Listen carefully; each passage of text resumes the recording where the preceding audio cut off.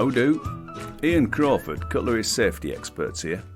I work for the Steel and Cutlery Manufacturers, Allied Trades, Industries and Guilds Association, SACMATIAGA for short. And I'm helping to raise awareness about health and safety, especially the dangers of cutlery. So remember, think once, think twice, think fork, spoon and knife. Hey, well, what about this? I've some exciting news thanks to the BBC for getting in touch and for their interest in my show.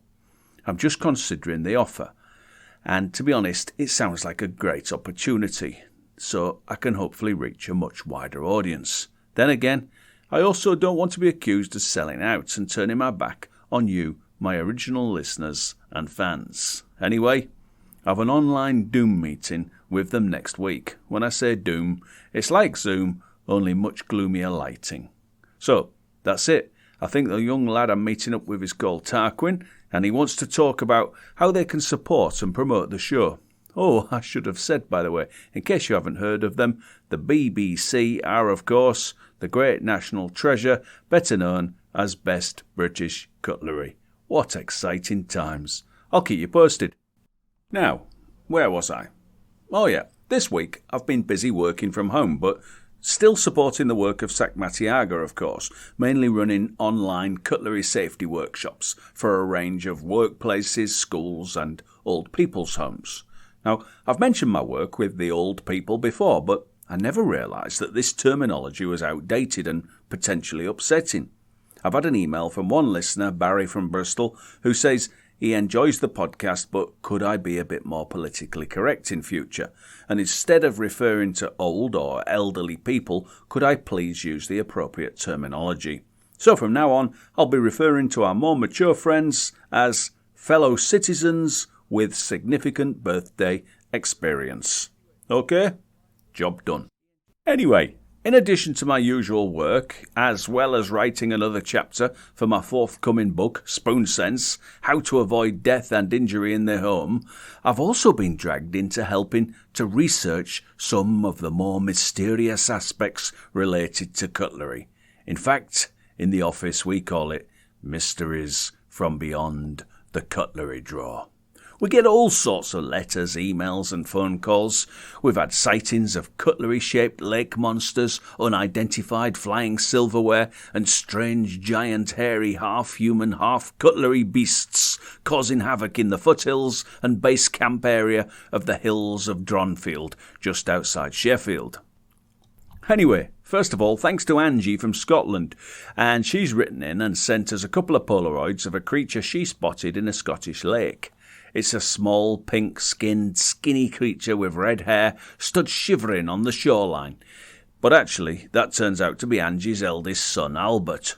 He's just drying himself off after a dip in the loch. But if you look carefully beyond this youth, there, in the misty mid-distance, with a spiky four-pronged head shape, is an unmistakable image that can only be one of two things. Either it's a floating log with some twigs sticking up in the air, or it could be the first sighting of what we are calling the Fork Ness Monster. I say it rather than he or she because we have no way of knowing from the blurry photos whether this monster is male or female. In fact, until we get a photo of it leaping out of the water and can see all of its family silver hanging loose, we may never know. So remember, if you have seen the Fork Ness Monster or know someone who has, please get in touch. Until we have more evidence, this case remains open and has to be filed under the likely but not proven category. However, I am happy to report that we do have another mystery cutlery case that is proven beyond all reasonable doubt. Susie Hampshire has been in touch. She lives in Murrayville, near Nashville, over there in the USA. Susie Hampshire says, please, can we keep her details anonymous? You bet, Susie, that's not a problem. So from now on, we will refer to you, Susie, as SH, or SH for short. She's written that she was sat out on her porch one evening a few weeks ago and she spotted something in the air, the image of which will haunt her as long as she lives. She didn't have her phone or a camera with her, unfortunately, but she has emailed us a 100% authentic photo of a sketch that she drew. And she drew it from memory based on what she could remember once she had sobered up 2 days later after the sighting. SH says she was sat in her porch petting her pooch called Maxwell, although for anonymity we'll call the dog M. So, SH was stroking and petting M. She had just put her pipe down when she saw a giant ghostly silver shape appear from behind the cloud high above in the Tennessee night sky. Here we must refer to the sketch, and despite the beer and barbecue sauce stains, we can see clearly the alien craft in the air. It has a very long, thin body, perhaps half of it slightly wider than the other half, but rounded at both ends. We were so excited to see this, and as far as we know, this is the first recorded sighting of an unidentified flying butter knife. Thanks, Susie. I mean SH. Now, dear listener, have you seen an unidentified flying spoon, fork or butter knife? If you do, if you ever see such a thing, stay safe, stay indoors, and please contact us directly. Oh, and if you get your pencils or crayons out, try and quickly sketch what you've seen, as this could be vital for evidence. Finally, we've also heard from Terry Trent. He's recently been on a trip to the Himalayas in an attempt to scale Everest. He arrived in Kathmandu and then took a small plane to a high mountain village landing strip. By the way, when I say he took the plane, I should explain he didn't steal it, no. He bought a ticket and flew as a passenger in the usual way. Just wanted to clear that up. After many days of trekking, he arrived at Everest Base Camp, from where he began the slow ascent up the world's highest mountain. People often ask, Ian, that's me, Ian Crawford, cutlery safety expert, Ian, if you do go mountain climbing, is it better to take plastic cutlery because it's lighter? And guess what I say? No. Remember, plastic is drastic, keep it real with steel. Also, if you are going mountain climbing and you lose your crampons and your climbing axe, then you can always use a fork and knife and maybe spoon to pull yourself up any ice-covered cliff face. And by the way, a fork is very useful to slow you down if you do slip and start to slide down the side of a mountain.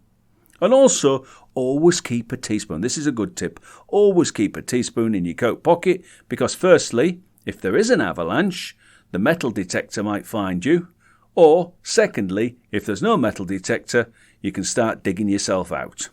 Anyway, Terry Trent, he was nearer the last part of the climb when, a little low on oxygen, he noticed a sight he will never forget as long as he lives. He saw a strange, hairy creature coming towards him across the snow, only instead of 2 legs, it only had one long, slim, silvery, almost metallic-looking leg. He noticed the head of this creature was oval. It was oval-shaped and big. It was only then, as the Himalayan sun glinted off this hairy, tall, silver metallic creature, he realized he had witnessed the abominable Spoon Man. The guides and Sherpas tried to convince him he was just seeing things, but Terry Trent knew what he had seen, and once he had regained consciousness in the hospital in Kathmandu a couple of weeks later, he was able to draw an almost perfect sketch of what he had seen, and he sent it to me, and I have to say, it's extremely convincing. He's shaded in and everything. So, I would say, case proven, and case closed. The abominable Spoon Man does exist. So next time you're walking, whether it's in the Pennines, the Lickey Hills near Birmingham, or the Himalayas, look out, because you never know who may be around the corner. So, that's it. Whew. Thanks for listening. Be sure to like and share the podcast. Please check out the website, www.safecutlery.com. But most of all, until next time, please take care with your cutlery. Think once, think twice, think fork, spoon and knife. And whatever you do, please practice spoon sense and stay safe. But most of all, stay cutlery safe.